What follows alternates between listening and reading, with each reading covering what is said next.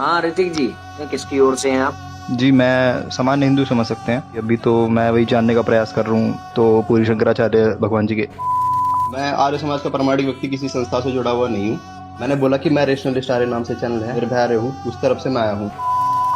देखो, वेद व्यास की माँ की, शंकराचार्य की माँ का, रामानुज की माँ की, और माधवाचार्य की माँ की, और राधा भी कुतिया की लड़की की पैदाइश, पिंडी की 100 जनों से चुती नहीं थी राधा लड़ी, मेरे से भी कि इनकी मम्मी भी जाके इनके आचार्यों की चरण सेवा करती थी, इनका लेती थी।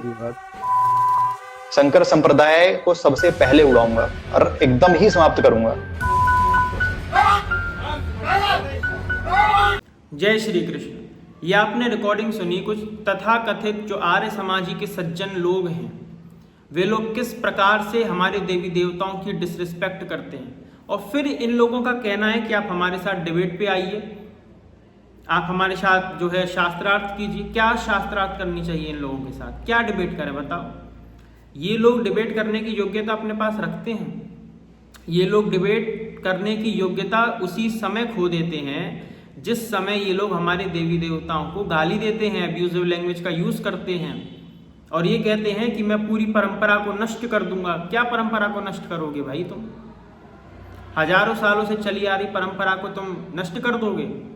है हिम्मत तुम्हारे अंदर नष्ट करने की? तुम स्वयं नष्ट हो जाओगे, परंपरा को नष्ट नहीं कर पाओगे। रामानुजाचार्य जी को, शंकराचार्य जी को, मध्वाचार्य जी को ये लोग गाली दे रहे हैं। उनका कितना योगदान रहा है सनातन धर्म के अंदर ये इन लोगों को ज्ञात नहीं है, किंतु इन लोगों को गाली देनी है। यदि किसी व्यक्ति के साथ चर्चा की जाती है, आप चर्चा कीजिए, आप किसी व्यक्ति के पॉइंट से सहमत हो सकते हैं, असहमत हो सकते हैं, एग्री डिसएग्री करना आपके ऊपर निर्भर करता है। आप एग्री भी हो सकते हैं, आप डिसएग्री भी हो सकते हैं, डजेंट मैटर। बट आप किसी के पॉइंट से डिसएग्री हैं तो आप उसको गाली दें। जो उसका बिलीफ सिस्टम है, जिसको वो ट्रस्ट कर रहा है, जिन देवी देवताओं को वो मान रहा है, उनको आप गाली देंगे। दयानंद सरस्वती जी के तर्कों से, दयानंद सरस्वती जी की मान्यताओं से हम सहमत नहीं हैं, हम एग्री नहीं करते, तो क्या हम उनको गाली देते हैं? क्या हम डिसरिस्पेक्ट करते हैं उनकी? इस प्रकार से क्या कभी कहीं वक्तव्य हमारा सुना कि हमने उनको गाली दी हो? किसी का भी? किसी सनातन धर्मी ने दयानंद सरस्वती जी को इस प्रकार से गाली दी है क्या? नहीं दी। और उन्हीं के ग्रंथों में सत्यार्थ प्रकाश में देवी देवताओं को गाली दी गई है, उनकी निंदा की गई है। तो जिस सत्यार्थ प्रकाश में दयानंद सरस्वती जी ने हमारे देवी देवताओं की निंदा की है, तो ये दुष्ट लोग जो सीख करके आ रहे हैं वो यहीं से तो सीख रहे हैं। इनका मूल वही है ना, सत्यार्थ प्रकाश। तो वहां से क्या सीखे? गाली देना, शास्त्रार्थ करना नहीं सीखे, वैलिड पॉइंट्स रखना नहीं सीखे, ज्ञान नहीं, केवल गाली देनी है। ये है तुम्हारी सच्चाई, ये है इनकी असलियत। और जब कोई इनसे शास्त्रार्थ करता है, डिबेट करता है, तो ये भाग जाते हैं। ये इनकी रियलिटी है। जब ये हारने लगते हैं तो ये गाली देने लगते हैं, और ये हार भी जाते हैं तब भी अपनी विजय का डंका बजाते हैं कि देखो हम उसको हरा करके आ गए, हम जीत गए। ये जीत करके नहीं आते, गाली दे करके आते हैं। जो व्यक्ति हमारे देवी देवताओं की निंदा कर रहा है, जो व्यक्ति हमारे देवी देवताओं को गाली दे रहा है, ऐसे व्यक्ति के साथ हम बैठ करके विशुद्ध रूप से चर्चा नहीं कर सकते, और ना ही उसके साथ किसी भी प्रकार से हम वार्तालाप कर सकते हैं। ये क्या है? ये फ्रस्ट्रेशन निकालना है अपना, कि हम फ्रस्ट्रेशन निकाल रहे हैं अंदर की। ये ज्ञानी के लक्षण नहीं है, ये सत्पुरुष के लक्षण नहीं है। आर्य समाजी के अंदर क्या ये गाली देना और डिसरिस्पेक्ट करना ये सब सिखाया जाता है? अब्यूजिव लैंग्वेज का यूज करना वैसे भी तुम लोग करते ही। तो भाई ऐसे व्यक्तियों के साथ हम चर्चा नहीं किया करते। और फिर तुम चाहे कोई भी कहानी बनाओ, कोई भी बात बनाओ, उससे हमें मतलब ही नहीं है। जो व्यक्ति गाली दे देवी देवताओं को, उसके साथ चर्चा नहीं होती, उसके साथ फिर मार कुटाई होती है, फिर वो कुटता है। और यही हुआ इस व्यक्ति को धोया गया फिर, और बहुत अच्छे प्रकार से धोया गया। तो ऐसे व्यक्तियों के साथ ना यही होना चाहिए। अब क्यों ना हो, जो व्यक्ति हमारे देवी देवताओं की निंदा कर रहा है, देवी देवताओं को गाली दे रहा है, पूरी परंपरा को नष्ट करने की बात कर रहा है, ऐसे व्यक्ति के साथ संवाद नहीं होता। फिर ऐसे व्यक्ति को ठीक प्रकार से कूटा जाता है, ऐसे व्यक्ति की फिर धुलाई की जाती है। तुम अपने बिलीव का रेस्पेक्ट चाहते हो तो दूसरों की रेस्पेक्ट करना भी सीखो। आत्मना प्रतिकूलानी परेशान न समाचरेत, ये सिखाती है हमारी भागवत पुराण, जिनको तुम कपोल कल्पना ये सब कहते फिरते हो कि गपोड़े हैं, ये हैं, वो हैं। जैसा व्यवहार आप अपने लिए दूसरों से अपेक्षित रखते हैं, वैसा ही व्यवहार अन्यों के प्रति भी करें। आप नहीं चाहेंगे ना कि आप जिस पर बिलीव करते हैं कोई व्यक्ति उसको गाली दे, तो फिर आप स्वयं क्यों उनको गाली दे रहे हैं जिनको हम मानते हैं।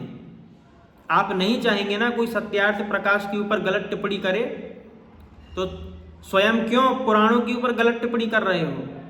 तुम नहीं चाहोगे ना कि तुम्हारे आर्य समाजी के ऊपर कोई गलत टिप्पणी करे या दयानंद सरस्वती को कोई गाली दे, तो तुम क्यों शंकराचार्य को, मध्वाचार्य जी को, रामानुजाचार्य जी को गाली देते फिरते हो। भाई गालियों का प्रयोग करता है वो अंदर से स्ट्रांग नहीं होता, वो वीक होता है और खोखला होता है, फ्रस्ट्रेटेड होता है, डिप्रेस्ड होता है, एंजाइटी से भरा हुआ होता है। और ऐसा व्यक्ति आपको लगता है कि शास्त्र पढ़ने के भी योग्य है? ऐसा व्यक्ति शास्त्रों का अधिकारी भी हो सकता है? ऐसे व्यक्ति यदि शास्त्र पढ़ भी लें तो क्या गारंटी है कि उनको शास्त्र समझ में आएंगे? ऐसे व्यक्ति को यदि शास्त्र समझ में आ रहे हैं तो क्या गारंटी है कि वो उसका सही अर्थ निकाल पा रहे हैं? यदि कोई व्यक्ति शराबी हो और शराब का नशा कर ले, मदिरा का उसको बिल्कुल नशा हो जाए, धुत्त हो जाए उसके अंदर, उसको ये अपने नेत्रों से स्पष्ट रूप से जो सामने है वो व्यक्ति नहीं दिखाई पड़ता, वो कहाँ पड़ा है उसको ये भी नहीं पता होता, तो शास्त्रों के गहन रहस्य को ऐसा व्यक्ति कैसे समझ सकता है जो व्यक्ति स्वयं अंदर से फ्रस्ट्रेटेड है, जो व्यक्ति आतंकवादी जैसी सोच रखता हो कि मैं पूरी परंपरा को नष्ट करके रख दूंगा, ऐसी धमकियां देता हो, जिसकी आतंकवादी जैसी सोच है, वो शास्त्रों का रहस्य समझ पाएगा? आपको क्या लगता है, क्या शास्त्रों का रहस्य इस प्रकार की तामसी बुद्धि से समझा जा सकता है? आधर्मम धर्मम इति या मन्यते तमसा वृथा सर्व अर्थान विपरीतांश बुद्धि सा पार्थ तामसी। ऐसे लोगों की जो बुद्धि है वो सर्वथा तामसी होती है, और तामसी बुद्धि के माध्यम से शास्त्रों का अध्ययन नहीं किया जाता, शास्त्रों के जो अर्थ हैं वो समझ में नहीं आते हैं, और इनके पास तो गुरु परंपरा भी नहीं है। वो भी खोखली है, ये भी खोखले हैं, और जब दोनों ही खोखले हो गए तो अंदर से इतना खोखलाहट की जो बौखलाहट निकली है उसका फिर क्या होगा? यही होगा ना, जो व्यक्ति अपने गुस्से पर विजय नहीं प्राप्त कर पा रहा, जिस व्यक्ति को थोड़ी सी बात पे गुस्सा आ जा रहा है, ऐसा व्यक्ति क्या शास्त्र समझेगा? ऐसे व्यक्ति से आप क्या शास्त्रार्थ करेंगे, क्या डिबेट करेंगे, क्या चर्चा करेंगे? ऐसे व्यक्ति के साथ चर्चा करने का अर्थ है पत्थर पे अपना सर मारना, भैंस के आगे बीन बजाना, कहावत है ना, बस वही कहावत इनके ऊपर चरितार्थ होती है कि भैंस के आगे बीन बजाना। ये लोग समझने वाले कुछ नहीं है, इसीलिए ऐसे लोगों को समझाने से क्या लाभ होगा भाई? और वैसे भी शास्त्र निषेध करता है कि ऐसे लोगों के साथ चर्चा इत्यादि नहीं करनी चाहिए शास्त्रों की, और शास्त्रों के रहस्य शास्त्र स्वयं प्रकट कर देते हैं योग्य पात्र को देख करके। जिस प्रकार से यदि पात्र उचित हो तो उसमें जल स्वयं ही ठहर जाता है, यदि पात्र उचित हो तो ज्ञान भी जल की भांति उसमें स्वयं ठहर जाता है, और यदि पात्र अनुचित हो, यदि घड़ा फूटा हुआ हो तो जल स्वतः उससे बाहर निकल जाता है। उसी प्रकार से यदि पात्र अनुचित है तो ज्ञान भी बह जाता है, चाहे आप उसको कितना ही ज्ञान दीजिए, ज्ञान उसके हृदय के अंदर, चित्त के अंदर टिकेगा नहीं, ठहरेगा नहीं, ठहराव ज्ञान का नहीं होगा उसके हृदय के अंदर, वो ज्ञान बाहर निकल जाएगा। इसीलिए गुरु शिष्य परंपरा में सदैव से पात्रता रही है, एक मर्यादा रही है कि ये ज्ञान हमको किसको देना चाहिए, कौन व्यक्ति इस ज्ञान के योग्य है। योग्यता देखी जाती है उस व्यक्ति की, क्या इसकी बुद्धि जो है वो सात्विकी गुणों से संपन्न है अथवा नहीं है। कहीं जो हम अर्थ समझा रहे हैं ये उस अर्थ का अनर्थ करके लोगों को भ्रमित तो नहीं कर देगा।